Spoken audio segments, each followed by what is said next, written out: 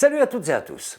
Vous avez sûrement déjà entendu parler des terres rares, mais savez-vous réellement de quoi il s'agit? En fait, les terres rares ne sont pas vraiment des terres et ne sont pas vraiment rares non plus.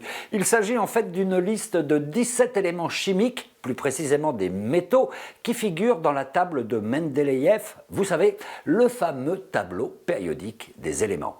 Il y a par exemple le scandium, l'yttrium, le néodyme ou encore le dysprosium, des noms c'est vrai assez barbares, mais pour des métaux aux propriétés exceptionnelles qu'on retrouve aujourd'hui dans un grand nombre d'objets de notre quotidien.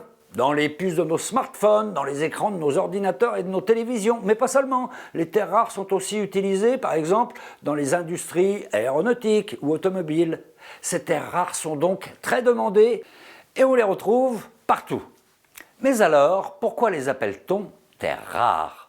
Eh bien, le mot terre est en fait à prendre au sens de minerai, car ces métaux se retrouvent dans la croûte terrestre.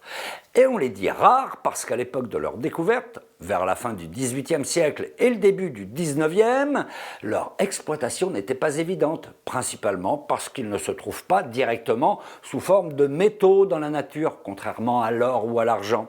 Les terres rares se présentent sous forme d'alliages mélangés à d'autres minéraux, comme des monazite ou des argiles. Alors pour les utiliser, il faut d'abord les séparer de ces minéraux, puis les purifier.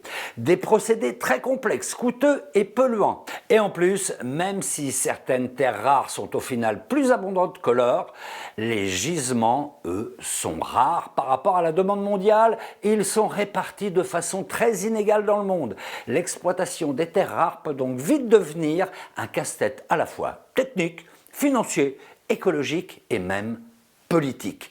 Je vous en dirai plus dans la prochaine vidéo. Ciao, à bientôt.